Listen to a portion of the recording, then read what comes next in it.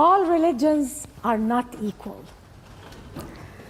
I was born in the Middle East under Islam, and I am now on a death sentence because I don't practice the religion anymore. Yes, there are religions that are very harmful to society. Some religions that are very harmful to the human spirit, to society as a whole, to the political system. Look at all Middle Eastern cultures, all their governments, from one revolution to another, from one coup d'etat to another, non-stop. Is that a coincidence? Do they have a religion that makes their society or that helps them produce an orderly society? I don't believe so. And that's why I can't visit the Middle East, where I came from, because I'll be killed by the religion I was born into.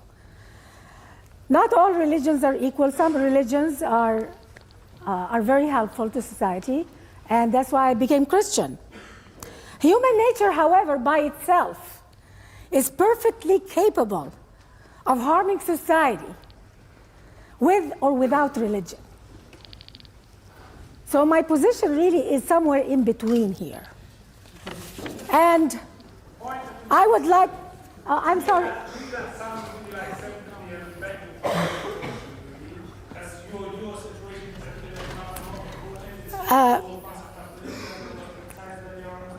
Thank you, but I only have 6 minutes. Let me finish.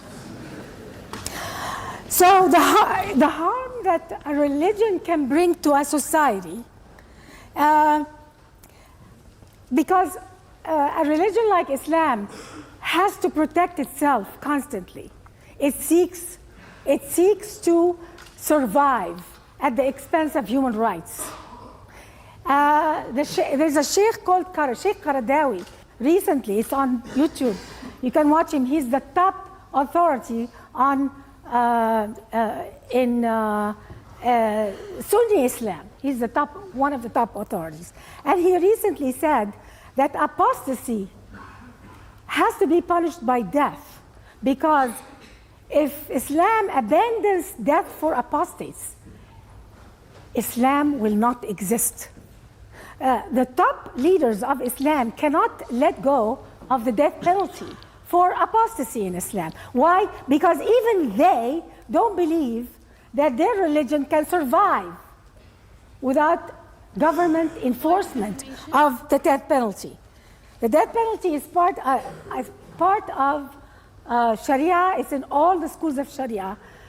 It condemns those who leave Islam to death. This is a fact in all Sharia schools of law. And it's for the example, read the Sharia, please. I don't care about the Quran, it's your Sharia. Then you have people who don't like Sharia should demonstrate against it, not attack me, okay? In the process of protecting their religion, what happens with Islam is that process of protecting Islam, they have produced an ideology that is anti-human beings, anti-freedom, because Islam needs to survive, and it has produced rights, certain rights to the religion, not to be offended. You have a religion that has a right not to be offended under penalty of death, while at the same time that religion seeks to control government. Islam, one of the, has to control government. Islam without government enforcement does not have any strength to survive without government enforcement.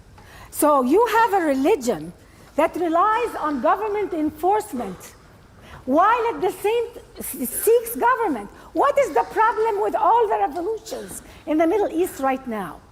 What's the problem? The problem is a fight between people who want Islam to control government and between people who don't want Islam to control government. Under Islamic theology, Islam cannot exist without government control.